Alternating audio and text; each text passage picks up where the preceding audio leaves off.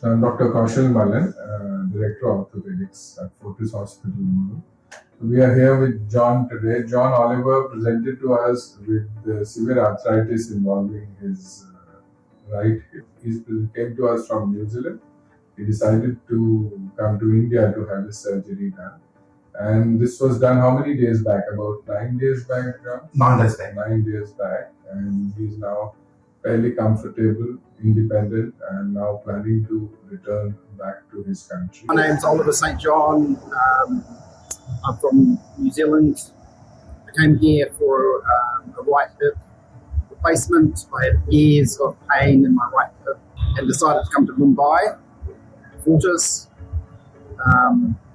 Surgeon was great. Pains were gone. Staff have been excellent, nurses, all the support staff. Lovely hotel. Really enjoyed the food. And I'm going home in about a week. Thank you.